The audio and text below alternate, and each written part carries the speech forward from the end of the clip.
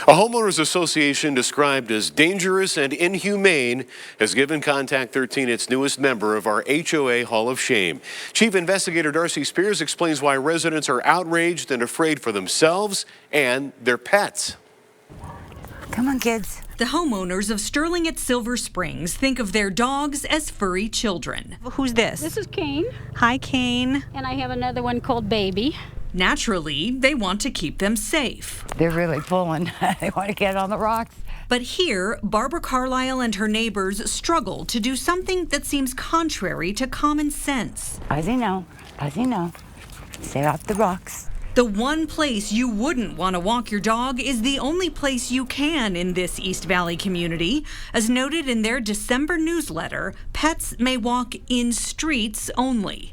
They're going to stop and sniff and stop and sniff. And so we are all afraid to walk our dogs. The new rule about walking the dogs in the street means literally having to walk them down the middle of the road. This is an HOA that doesn't even have sidewalks, and all the rocks and bushes on the side of the road are HOA property. So, dogs walking on rocks, sniffing plants, or lifting a leg could lead to violations and fines for their owners. They got CCNRs in here, said you're allowed 2 dogs. If they don't want dogs in there, they need to change the CCNRs. Jim Scholar doesn't own a dog, but he's one of nearly 20 homeowners who showed up to induct their HOA It's just not right, Darcy. into the Hall of Shame. How many of you, by a show of hands, have ever voted on a change in the CCNRs for this rule of dog walking in the street?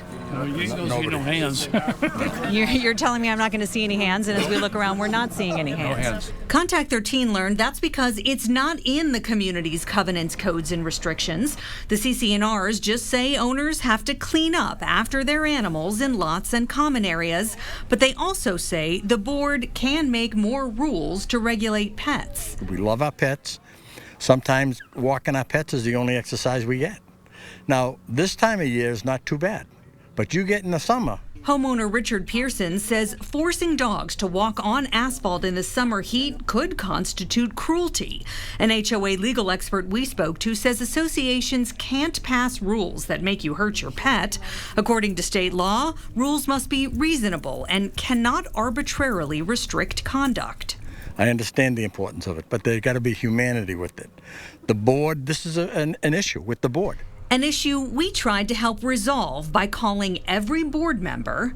Hi, Randy. This is Darcy Spears calling from Channel 13 to ask what the point of the streets only rule is when they already have a rule requiring owners to pick up after their pets. After leaving a message for the board president, we tried the vice president, and she just hung up on me. Then the treasurer. Do you know why I'm calling before you tell me you're not interested in speaking to me?